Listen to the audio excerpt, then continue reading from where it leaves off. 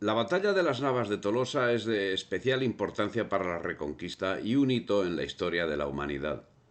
Para llegar a la misma, debieron concurrir una serie de hechos, cuáles son la caída del imperio almorávide propiciada por los almohades, el avance de los reinos hispánicos a costa de las segundas taifas, la proclamación de la yihad en el mundo islámico para combatir a los reinos hispánicos y finalmente el espíritu de cruzada existente en Roma y en el mundo europeo, que más centrado en el pillaje y en el Medio Oriente, se daba cuenta que en España existía una cruzada secular que no había sido atendida más que por los españoles. Al fin, a pesar de la predicación de cruzada por toda Europa, la batalla decisiva, la de las Navas de Tolosa, sería un acontecimiento estrictamente español. España en 1212, como en el 721, salvaba a Europa de la barbarie musulmana.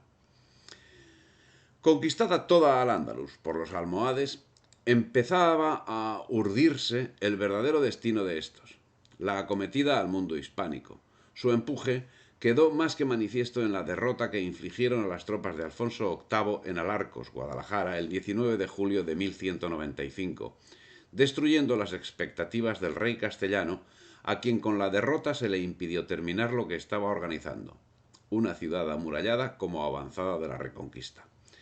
Una gran batalla contraria a los intereses del rey castellano, que a punto estuvo de costarle la vida y en la que se enfrentó a un enorme ejército almohade apoyado por rivales leoneses de Alfonso VIII, entre los que destacaba la Casa de Castro y cuyo general era Pedro Fernández de Castro.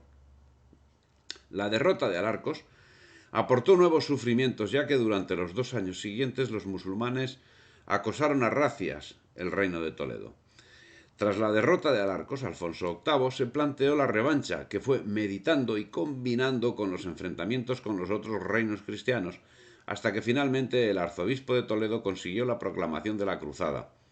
Las épocas de paces pactadas con los árabes posibilitaban el fortalecimiento militar de los contendientes, pero llegaba el fin de las mismas.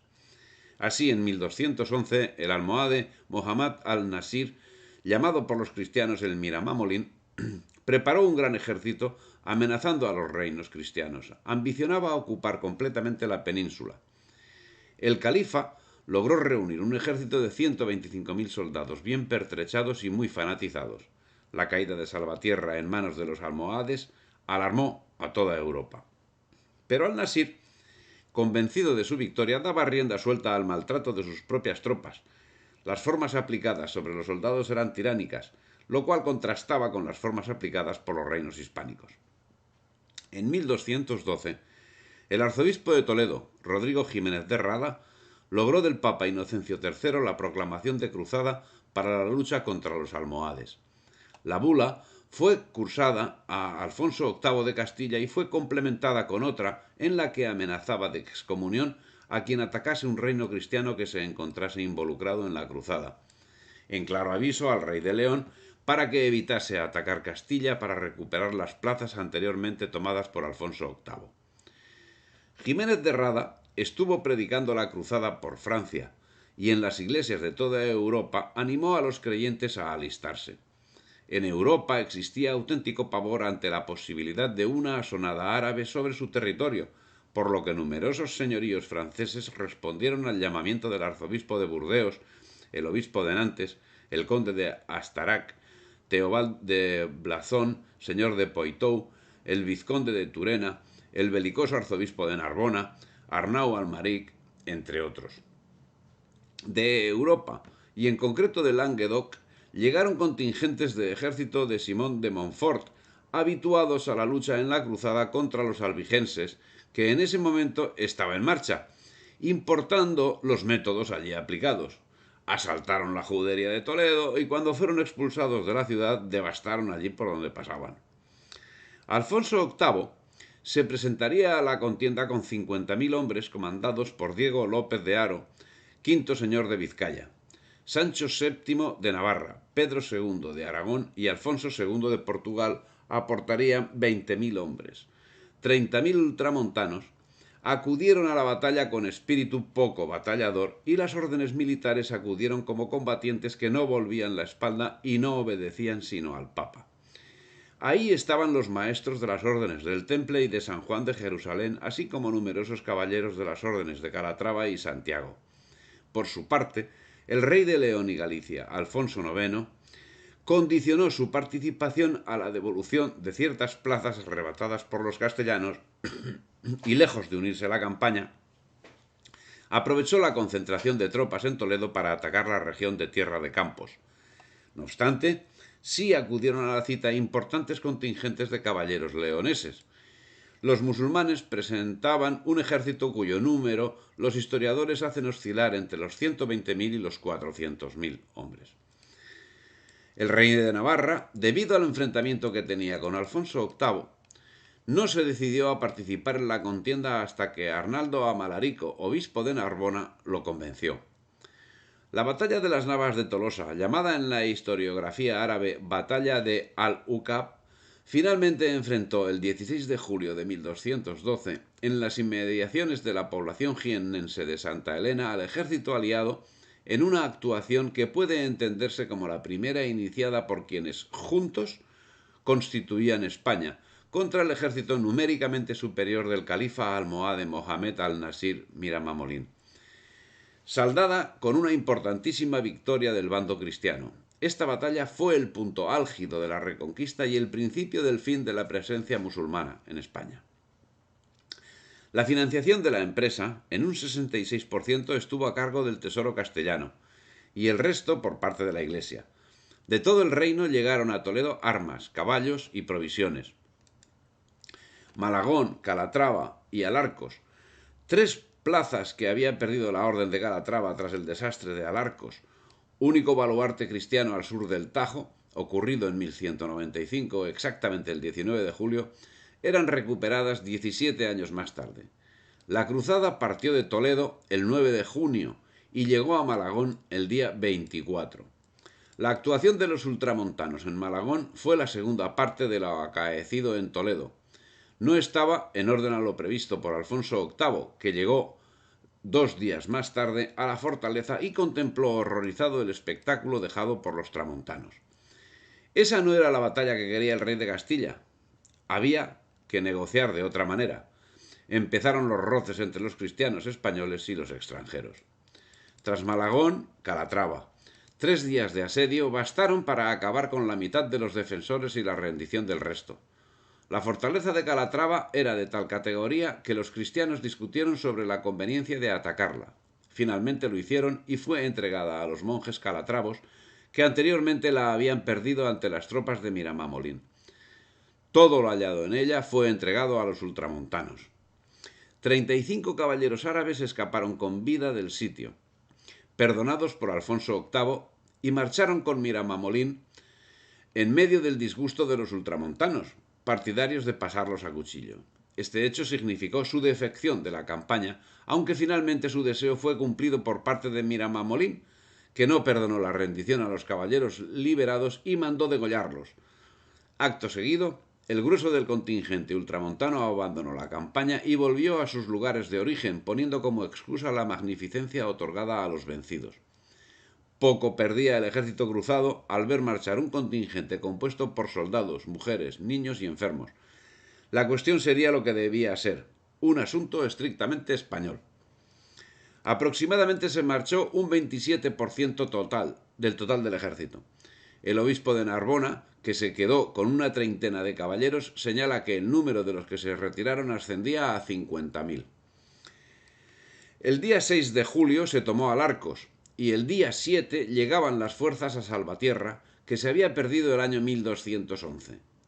Mientras al-Nasir se ocultaba en la sierra, por lo que los reyes hispánicos plantearon una estratagema: volver supuestamente para castigar a Alfonso IX de León. En las estribaciones de Sierra Morena estaba el ejército enemigo esperando que la desmoralización y la falta de habituallamiento cundiese entre los españoles. Y no había para menos. Tan solo un caballo de guerra necesitaba comer más de una arroba diaria de heno, más otra media de avena o cebada. Para beber no pasa con menos de 2 cántaros diarios. Pero es que además de las monturas de guerra, en un ejército como el preparado para aquella expedición van también otras imprescindibles para carga y transporte. Con un caballero de la caballería pesada van 4 monturas, además del destrier con el que combate. El caballero monta un palafrén durante el viaje y su escudero va en otro caballo, a los que se añade un jumento o mula cargando con las armas y bagajes de los 2 hombres. En total, no menos de 60.000 bestias.